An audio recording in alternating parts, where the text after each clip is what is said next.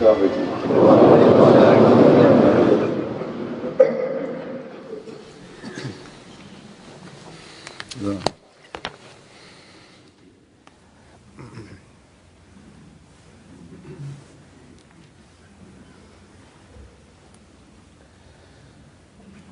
الله أكبر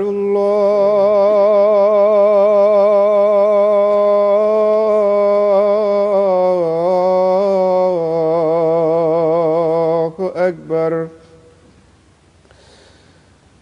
الله أكبر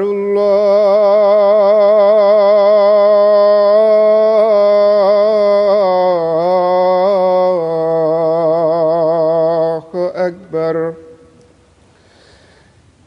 أشهد أن لا إله إلا الله.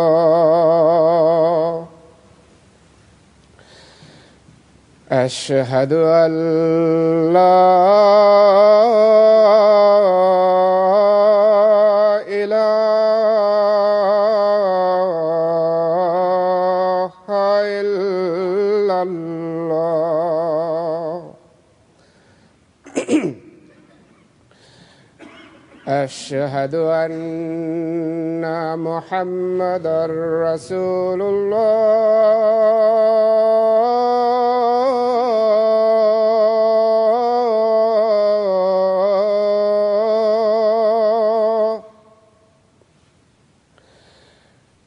أشهد أن محمدًا رسول الله. حي على الصلاة.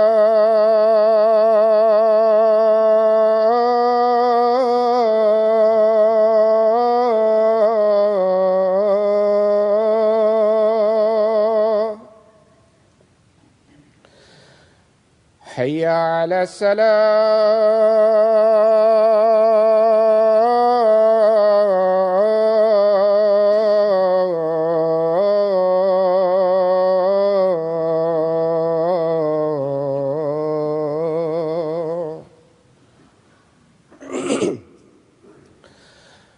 حي على الفلاح.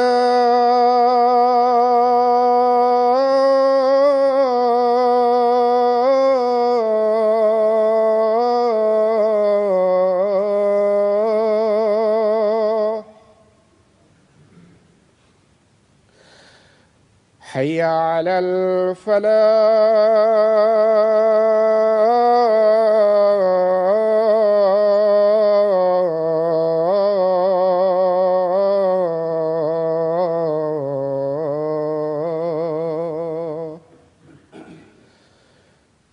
الله أكبر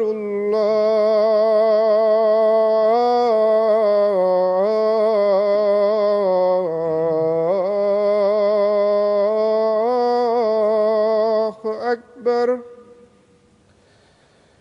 لا إله إلا الله.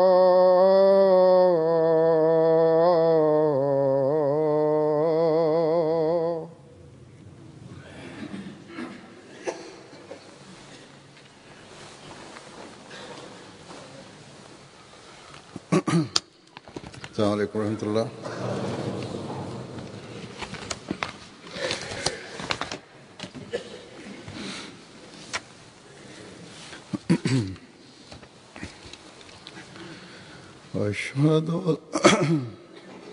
أشهد أن لا إله إلا الله وحده لا شريك له وأشهد أن محمدًا عبده ورسوله.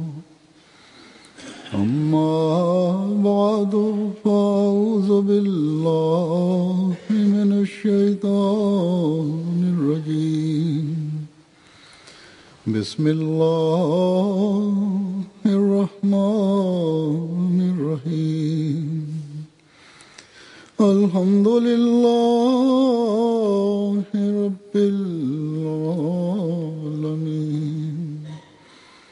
الرحمن الرحيم مالك يوم الدين إياك نعبد وإياك نستعين اهدنا الصراط المستقيم صراط الذين أنعمت عليهم غير المغضوب عليهم ولا الضالين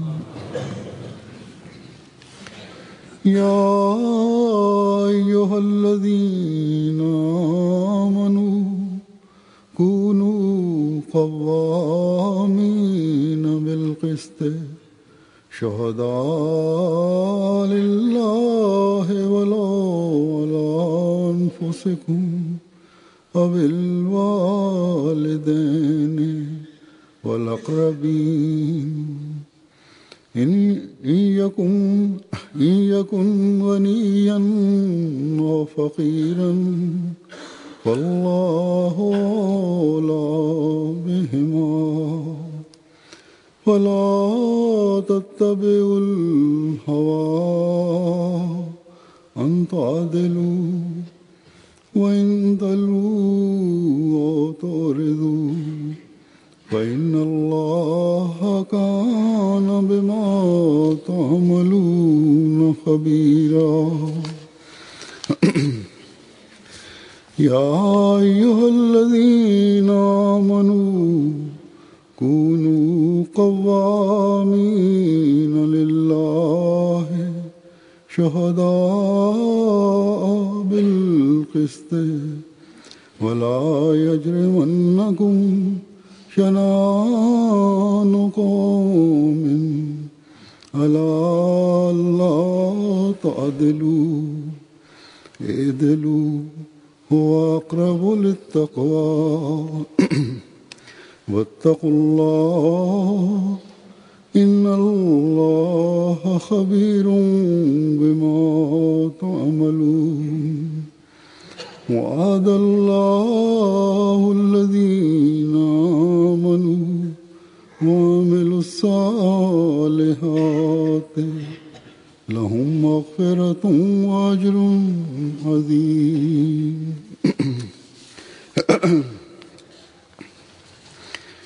इन आयात का तर्जुमा है कि ऐ वो लोगों जो ईमान लाए हो अल्लाह की खातिर गवाह बनते हुए इंसाफ को मजबूती से कायम करने वाले बन जाओ Ey अपने inananlar, खिलाफ गवाही देनी पड़े kendinizin, ana या babanızın ve वालिदैन yakınlarınızın और aleyhinde करीबी bile olsa रिश्तेदारों के खिलाफ Allah için खा şahitlik कोई eden अमीर kimseler हो olarak या गरीब toplumunuzda दोनों का अल्लाह ही adaletli, निगहबान sağlam है bir şekilde yerleştirin. बस अपनी ख्वाहिशात की Lehine पैरवी veya न करो aleyhine şahitlik edilen kimse, मुबादा ister अदल zengin से olsun, ग्रेज करो ister fakir olsun, Allah her और अगर ikisinin तुमने iyiliğini गोल मोल sizden बात daha की iyi korur. या पहलू तही कर गए तो Onun यकीनन için अल्लाह जो तुम करते हो heveslerinize uymayın, yoksa adaletten uzaklaşırsınız. Eğer herhangi bir şahitliği gizler veya gerçeği açığa vurmaktan kaçınırsanız, iyi biliniz ki Allah जो ईमान लाए şüphesiz हो yaptıklarınızdan tam अल्लाह की olarak खातिर मजबूती से haberdardır. निगरानी करते हुए इंसाफ की तायद में Ey गवाह बन जाओ inananlar, adalet ile şahitlik ederek daima Allah için hazır bulunun. कि तुम Bir इंसाफ न topluluğa करो olan düşmanlığınız इंसाफ करो sizi adaletsizliğe sevk etmesin. और अल्लाह से डरो Daima यकीनन adaletli अल्लाह olunuz उससे ve हमेशा bu बाखबर रहता है takvaya daha जो तुम yakındır. करते हो Allah'ın Allah takvasını ne benimseyin. उन लोगों से वादा Şüphesiz किया है Allah bütün जो ईमान yaptıklarınızdan लाए haberdardır. और नेक अमाल Allah बजाए inanıp da कि yerli उनके yerinde लिए iyi işler मग़फ़िरत yapanlara और बहुत mağfiret बड़ा ve büyük mükafat vaat etmiştir. मुखालिफीन इस्लाम वक्तन फक्तन Müslümanların इस्लाम muhalifleri और zaman मुसलमानों zaman पर शिद्दत पसंदी İslamiyet'e karşı और बुग़्ज़ व कीना iddialarda bulunmaktadırlar terörizmle ilgili दिलों में olarak पैदा ve onların होने Müslümanlara या पैदा karşı करने का इल्ज़ाम लगाते रहते हैं। kızgınlıkları bulunmaktadır. हर दहशतगर्दी के वाक़या Müslümanlara güya Yok, kızgınlıkları yani. varmış gibi onlara bu iddiada bulunurlar ve bütün Müslüman dünyada kelamı var var, olan yani, terörizmi onlara onlara atfederler. Bu Ya kisi और की insanlar तरफ kendilerine Ya jo Müslüman karvai desin veya başka insanlardan baz olsun नाम Nehad herhangi bir aşırı faaliyette İslam bulunulsun. पसंद Bu ग्रोह sözde या जिहादी तंजीमें करते हैं İslamiyet'i sevenler veya Uन्हें onların İslami gruplarından, talim ki cihadi taraf gruptan mensup yapılmış kiya जाता है। olsun. और Bunlar फिर कुरान daima करीम İslam'ın और talimatlarına आ हज़रत atfedilir. सल्लल्लाहु अलैहि वसल्लम की ज़ात को Ve इंतहाई लग़व İslam'ın ismi behuda ve alfaz Resul-i में Ekrem sallallahu निशाना aleyhi ve बनाया sellem'in जाता है। şahsiyeti hedef alınır ve आज çok kötü अल्लाह ताला के फजल lisanlar से kullanılır buna. ज़माने के Bugün इमाम Allah Teala'nın lütfuyla और आशिक zamanın रसूल सल्लल्लाहु imamı अलैहि वसल्लम की ve जमात है Resul-i Ekrem sallallahu aleyhi ve sellem'in जो मुखालिफीन aşığı इस्लाम olan के cemaat हर इल्ज़ाम को burada bulunmakta कुरान करीम ve की तालीम की रोशनी में İslamiyet'in रद्द करते muhaliflerinin ortaya और koyduğu हर बेहुदा गोई का iddialara जवाब Kur'an-ı Kerim'in देकर talimatlarıyla cevap muhalifin vermekte İslam ve ko onları reddetmektedirler.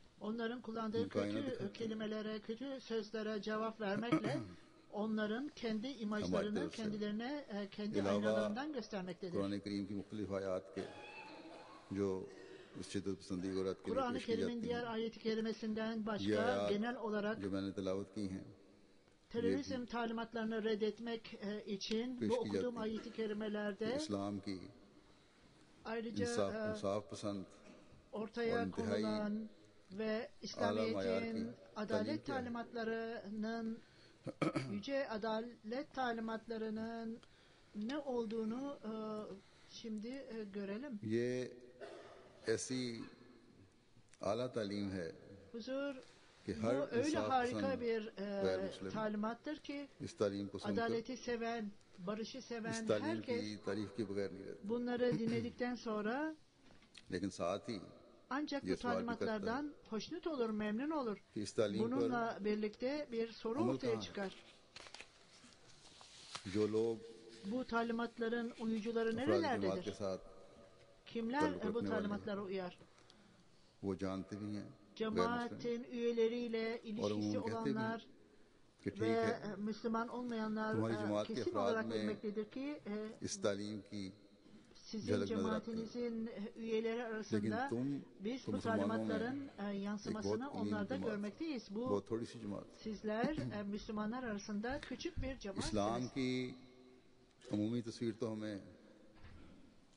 तो मुसलमानों के दूसरे फिरकों में ही İslamiyet'in देखी genel manzarasını gördüğümüz bu genel manzarasını इन लोगों को İslamiyet'in diğer अफराद जमात hakim जिनसे इनका olanları वास्ता है arasında da görmekteyiz. अपने अपने फहम के मुताबिक Cemaatin जवाब üyeleri देते हैं kim onlarla ilişki और içerisindeyseler अमूमन kendi गैरों anlayışlarına पर göre onlara cevap इसका अच्छा vermektedir. असर भी है Genel olarak लेकिन हमें bunun हकीकत पसंद होने की भी जरूरत है muhalifler üzerinde iyi bir और अपने etkisi जायजे vardır. लेने की भी जरूरत Ayrıca है bizler gerçekçi olmamız हम बेशक ve kendimizi analize पुरानी तालीम etmemiz की रूह से gerekir.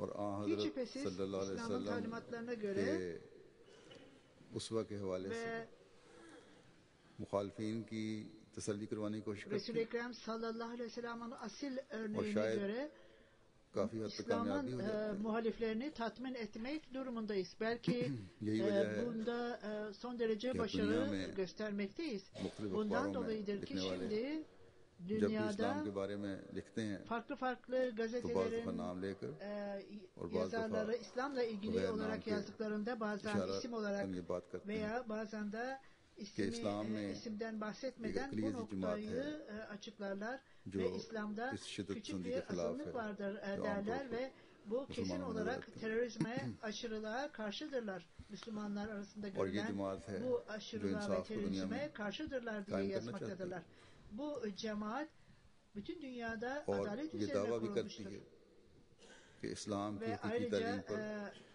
अमल करने kendi वाले सिर्फ iddialarına हम göre bizler bizler sadece İslam'ın talimatlarına uyan bir cemaatiz. Ben böyle muhaliflerin yorumlarını dinlediğimde cemaatin lehine, Müslüman olmayanların önünde İslamiyet'in güzel talimatlarını tanıtma fırsatını tanıttığımda derhal içime bir üzüntü gelir diyorsun ve benim düşüncelerim belli bir noktaya gider. Biz öncelikle kendimizi analize etmeliyiz. Bizler ne derece bu talimatlara uymaktayız?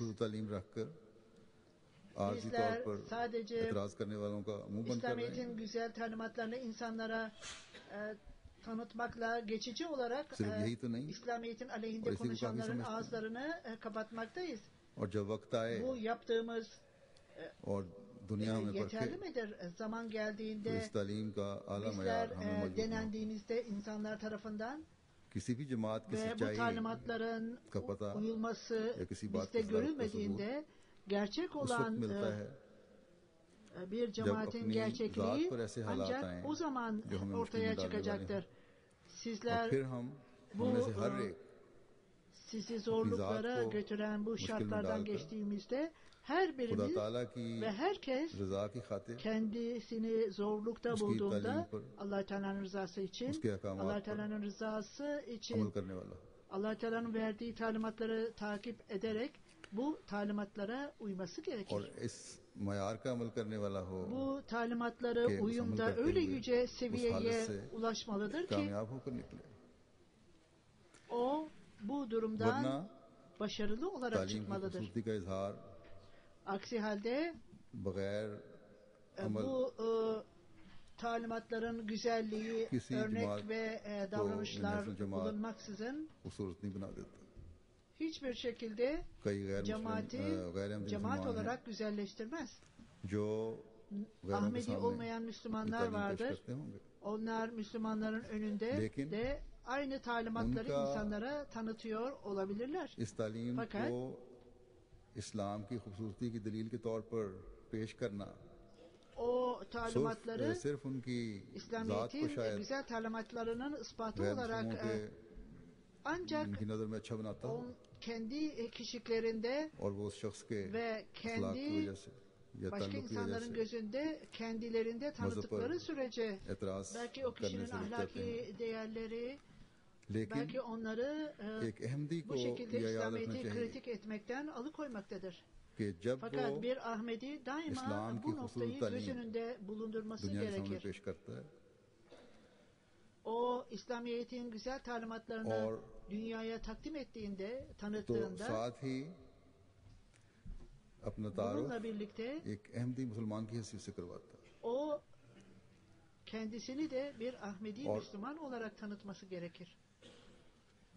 ऐसे इंसान की हैसियत से करवाता है जो इस ज़माने में इस्लाम की öyle tanıtmalıdır ki नशत-ı सानिया का दावा करने İslamiyet'i canlandırmak için gelen kişinin takipçilerinden birisi olduğunu tanıtmalıdır kendisini.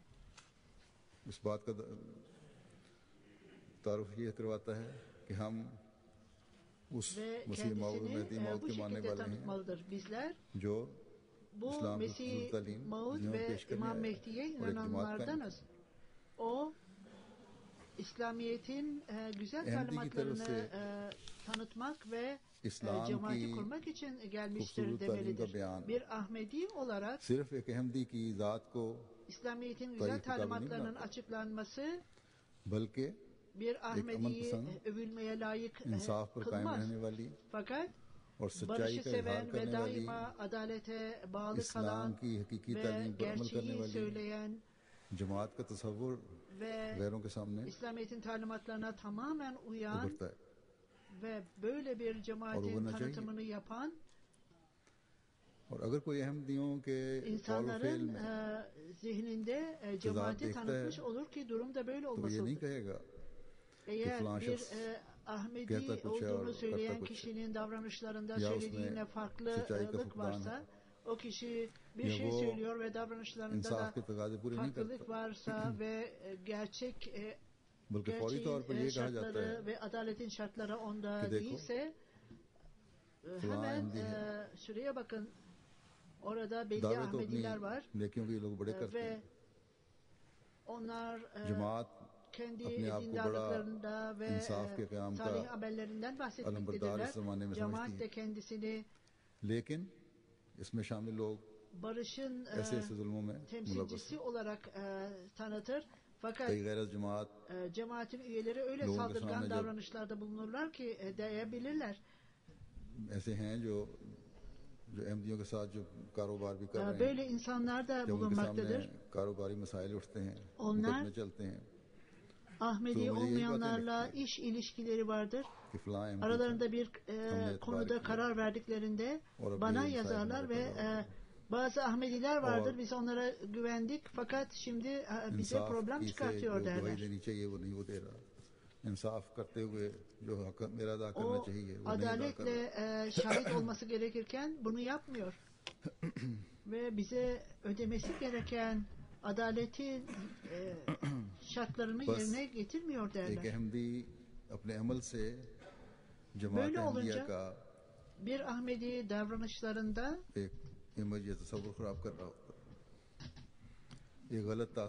Ahmediyetin imajını onların zihinlerinde tahrip etmektedirler ve onlar Ahmediyetin tanıtımında kötü örnek olmaktadırlar.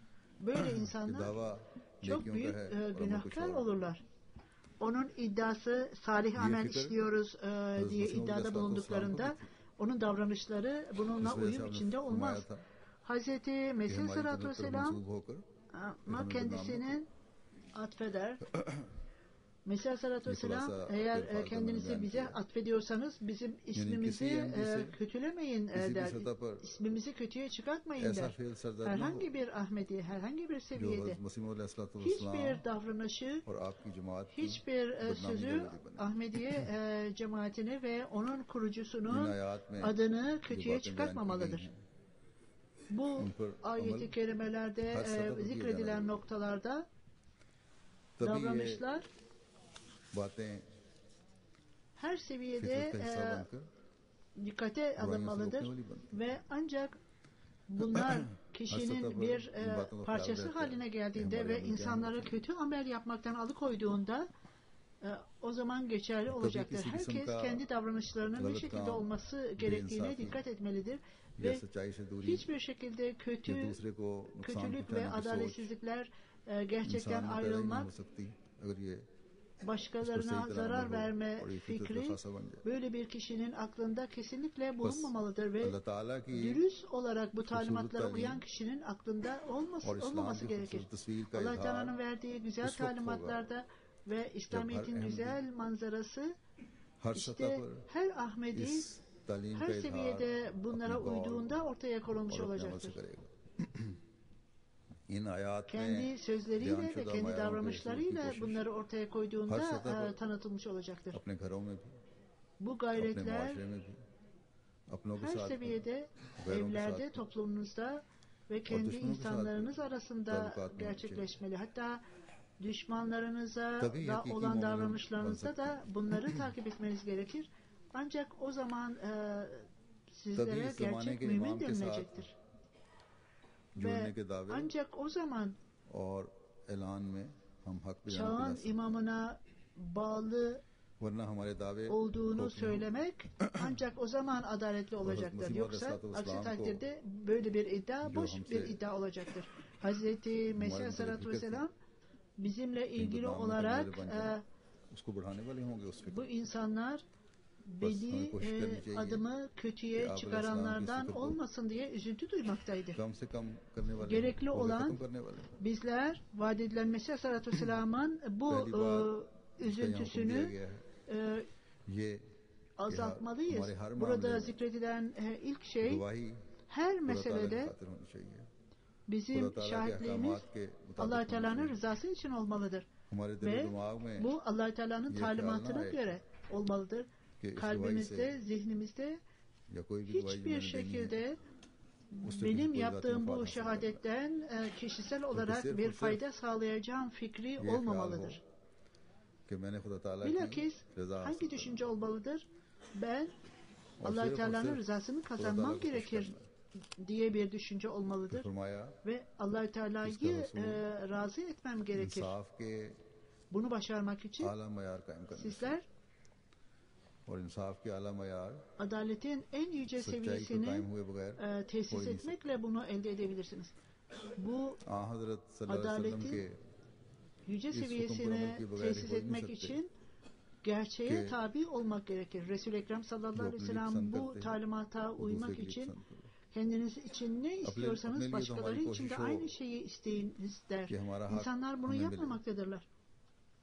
Eğer kendimizle ilgili olarak haklarımızı elde edelim diye düşünürsek ve eğer bize kendi haklarımızı verilmiyorsa buna hemen itiraz ederiz. Fakat başkalarının haklarını verme söz konusu olunca buna aldırış etmeyiz. Kendimizle ilgili olarak eğer adalet söz konusu ise daima biz Kur'an-ı Kerim'in talimatlarını karar verecek olan insanın önüne koyarız. Ve hadisleri buluruz ve vaad edilen Mesih Aleyhisselatü Vesselam'ın sözlerinden onlara bu adaletli davranmayanların önüne koyarız ve vaad edilen Mesih Aleyhisselatü Vesselam'dan alıntılar yaparız bu meselede. Fakat bizden gerçek şehadet etmemiz gerektiğinde gerçekleri ortaya koyacağımıza bizler meseleleri çarpıtırız ve elimizden geldiğince meseleyi çarpıtırız ve değiştiririz veya onu kendi lehimize döndürürüz veya sevdiklerimizin lehine döndürürüz. Bu öyle bir şeydir ki gerçek müminin davranışı olmamalıdır. Gerçek mümine daima Allah-u Teala'nın rızasına öncülük tanıyınız der. Diğer olaylar buna tabi olmalıdır. Bunun altında olmalıdır. Bu şekilde sizin cesaretiniz olmalıdır. Ve sizler kendinize karşı şehadet etmeli ve bundan kaçınmamalısınız. Kişi kendisiyle ilgili olarak eğer gerçeği söylersem belki de gerçek şehadetlik edersem belki ben bir takım zorluklara düşerim veya benim akrabalarım, çocuklarım, sevdiklerim onlara karşı şehadet edersem, onların lehinde şehadetlik edersem zorluklarla karşılaşabilirim. Benim annem, babam, çocuklar veya sevdiklerim, dostlarım, onların aleyhinde konuşursam birçok zorluklarla karşılaşabilirim diye düşüncemiz olmamalıdır. Biz kesin olarak gerçeği ve adaleti tesis etmeliyiz. Bu amaçla bizler çevremizde olsun, evimizde olsun, bunların hoşnutsuzluğunu kazansak bile bunu yapmamız gerekir. Allah-u Teala bu sizin iyiliğiniz midir, kötülüğünüz müdür yoksa kaybınız mıdır? Bu ancak Allah-u Teala tarafından bilinir. Sizin iyiliğiniz ancak Allah-u Teala tarafından verilir. Size gelen iyilikler Allah-u Teala'nın arzusu içindir. Eğer Allah-u Teala isterse sizin gayretinize rağmen bu size bir fayda sağlamaz. Yalan şahitlik size hiçbir şey kazandırmaz. Belki dünyevi bir fayda sağlayabilirsiniz geçici olarak. Fakat Allah-u Teala'nın gazabı daha sonra size inecektir.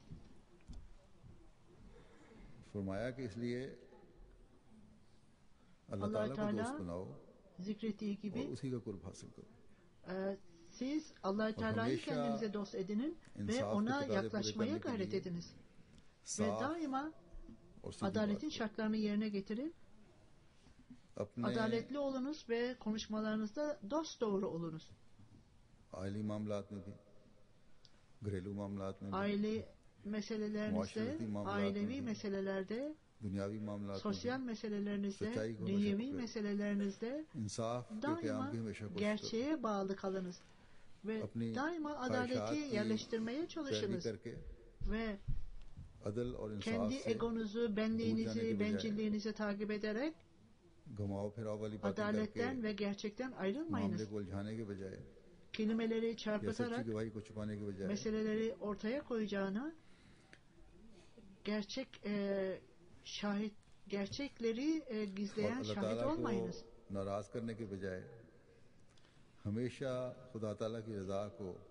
Allah-u Teala'yı kızdıracağına daima bütün dikkatleriniz Allah-u Teala'nın rızasına dönmelidir. Hazreti Mesih Sallallahu Vesselam'ın hayatında bir olay gerçekleşmişti ve buna şahit olmuştu, şahitlik etmişti mahkemede. Toprakla ilgili olarak bir anlaşmazlık vardı. Belli ağaçlarla ilgili olarak bu işçiler arasında bir anlaşmazlık vardı. Bu işçiler bilmekteydi ki Hazreti Mesih Aleyhisselatü Vesselam daima gerçek üzerine şehadet ederdi. Belki bu kendi anne ve babasının malı ve belli ağaçların sahibi olmasıyla ilgiliydi. Onu şahit olarak mahkemeye çağırdılar ve hakimin önünde benim fikrime göre bu insanların bu ağaçlara hakkı vardır almaya diyordu. Bundan dolayı onun aile üyeleri, anne ve babası çok kızmıştı ona. Ve o, ben neyin doğru olduğuna inanıyorsam bunu belirtmem gerekir ve ben de bunun şahitliğini yaptım diyordu. Bu çağın imamının ortaya koyduğu gerçekti ve biz de bunu hayatımıza uygulamalıyız. Bununla Resul-i Ekrem sallallahu aleyhi ve sellem bizi bu konuda uyarmıştı. Başarılı olma konusunda bizi uyarmıştı. Allah-u Teala unutmayınız ki yanlış şehadet etmekle siz belki insanları kandırabilirsiniz ama Allah-u Teala'yı kandıramazsınız der. Allah-u Teala ve innallaha kana bima ta'maluna habira. Hiç şüphesiz Allah-u Teala her davranışınızı, yaptığınız bütün davranışlarınızı bilir. Hiçbir kimse davranışlarını Allah-u Teala'dan saklayamaz. Bizler barışı ve uyumu toplumda yayıldığımızı ve gerçeği tesis ettiğimizi iddia etmekte ve biz hidayet yolunu göstermekteyiz insanlara dediğimizde, diğer taraftan da davranışlarımız dünyanın faydasını sağlamak için ise ve gerçeği ve adaletin şartlarını ve yollarını takip etmiyorsak bizler barışı ve uyumu tesis etmeyip bilakis çöküntünün, toplumdaki çöküntünün bir parçası haline geliyorsak bir mümin olduğunu iddia ediyorsa ve adaletsizliğe karşı sesini yükseltiyor ve saldırganlığı durduruyorsa o zaman kendisi ilk önce adaletin yüce seviyelerini ve gerçeği tesis etmesi gerekir kendisi. Ve kendi şahitliği daima Allah-u Teala'nın talimatlarına tabi olmalıdır. Allah-u Teala bizim davranışlarımızda nasıl yüce seviyeyi görmek istiyorsa bunun için Maide suresinde okuduğum ayet-i kerimede Allah-u Teala sizin toplumunuzda, çevrenizde, küçük çevrenizde sizin şehadetiniz sadece o toplumda barışı tesis etmekle kalmayıp düşmanlarınız bile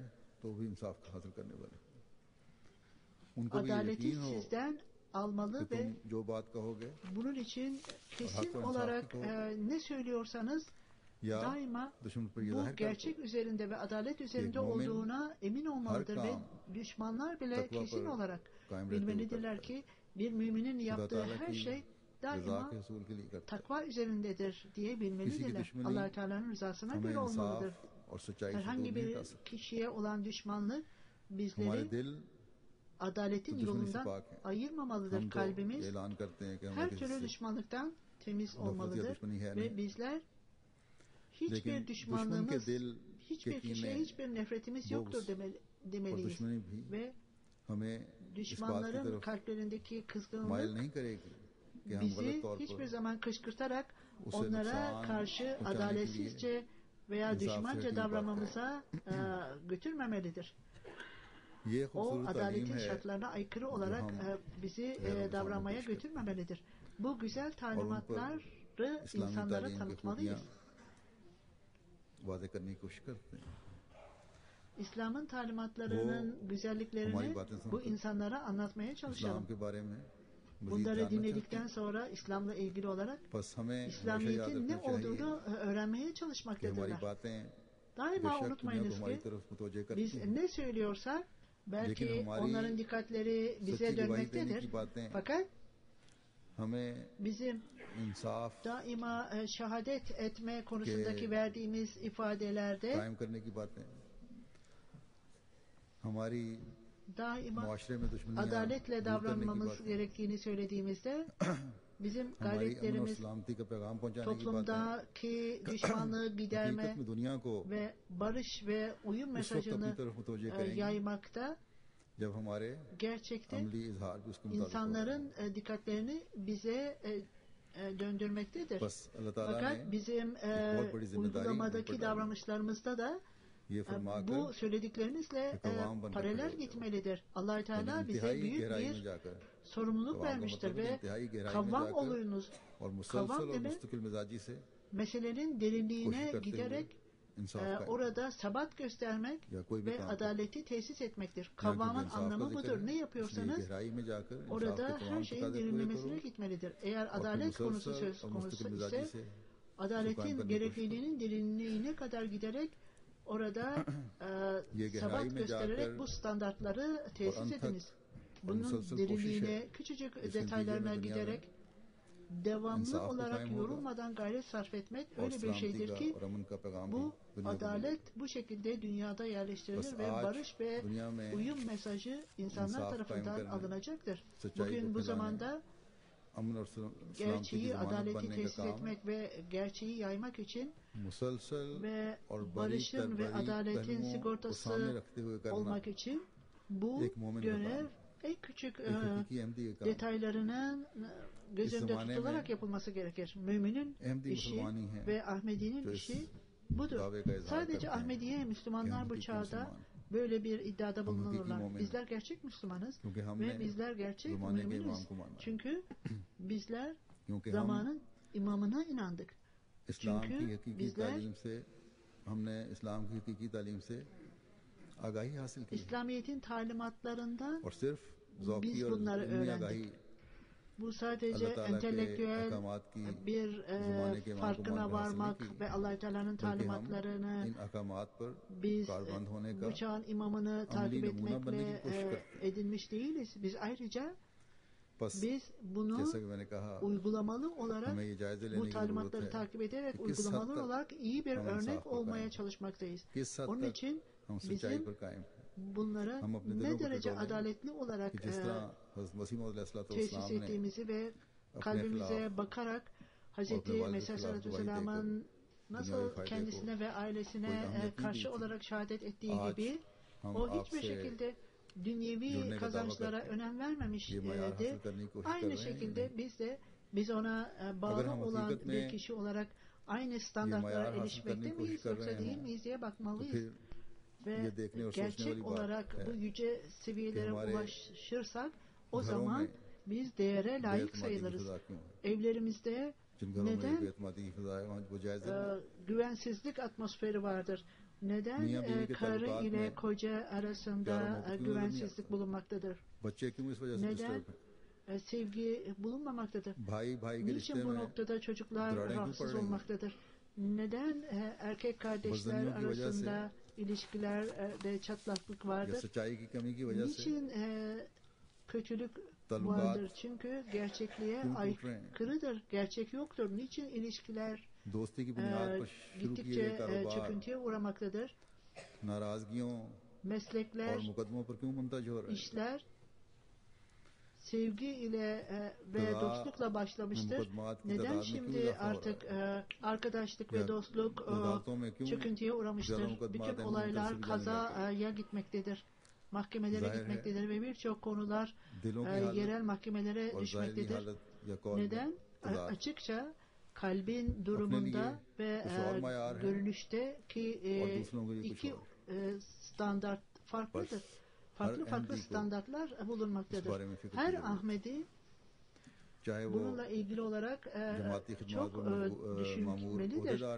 İster o cemaatin çalışanlarından olsun veya alelade Ahmedi olsun, bizlere öyle büyük bir görev verilmiştir ki toplumda barışı, adaleti ve uyumu sağlama görevi verilmiştir bizlere.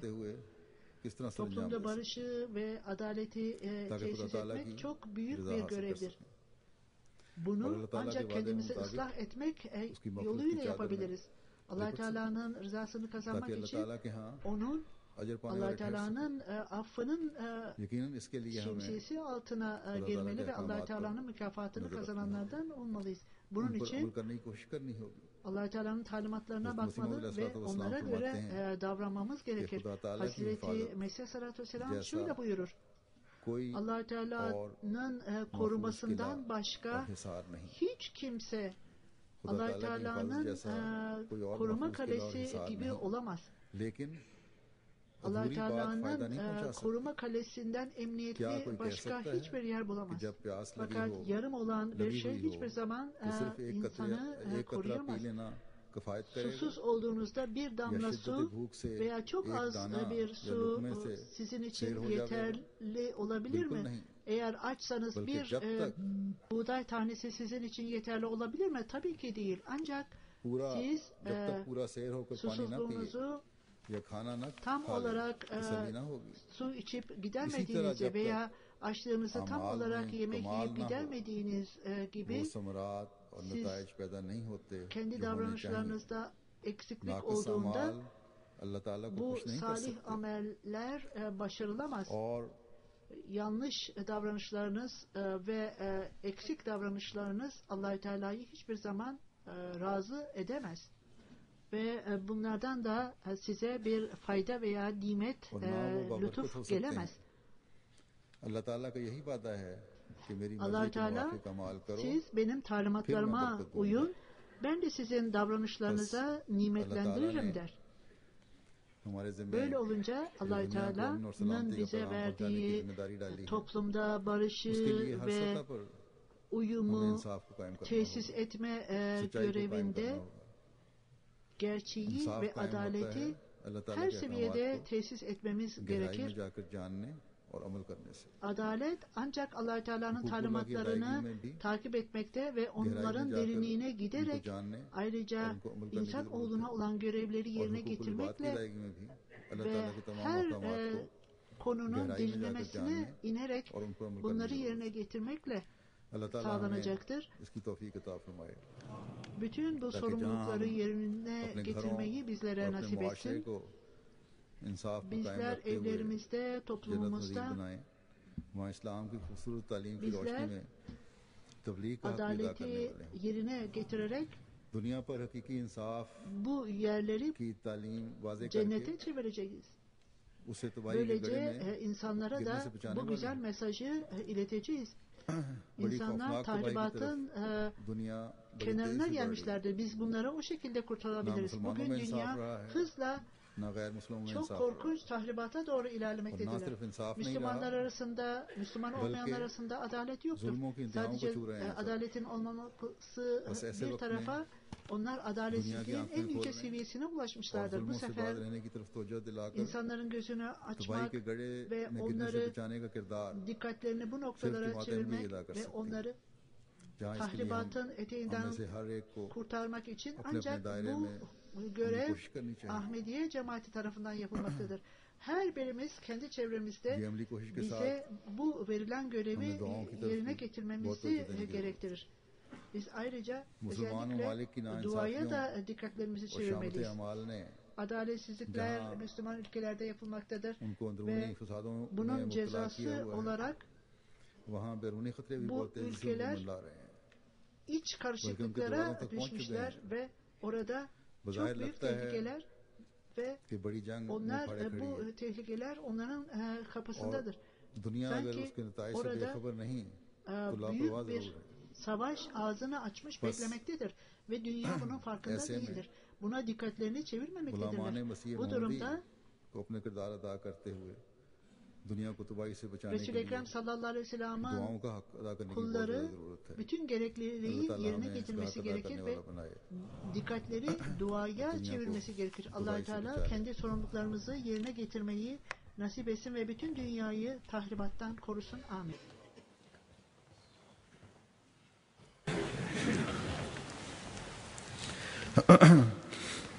Elhamdülillah. الحمد لله نحمده ونستغفره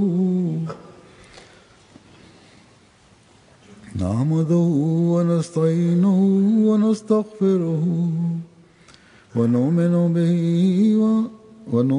به ونتوكل عليه ونعوذ بالله من شرور أنفسنا ومن سيئات أعمالنا من يهده الله فلا مضل له ومن يضلل فلا هادي له ونشهد أن لا إله إلا الله ونشهد أن محمدا عبده ورسوله عباد الله رحمكم الله إن الله يأمر بالعدل والإحسان وإيتاء ذي القربى وينهى عن الفحشاء والمنكر والبغي يعظكم لعلكم تذكرون اذكروا الله يذكركم وادعوه يستجب لكم ولذكر الله أكبر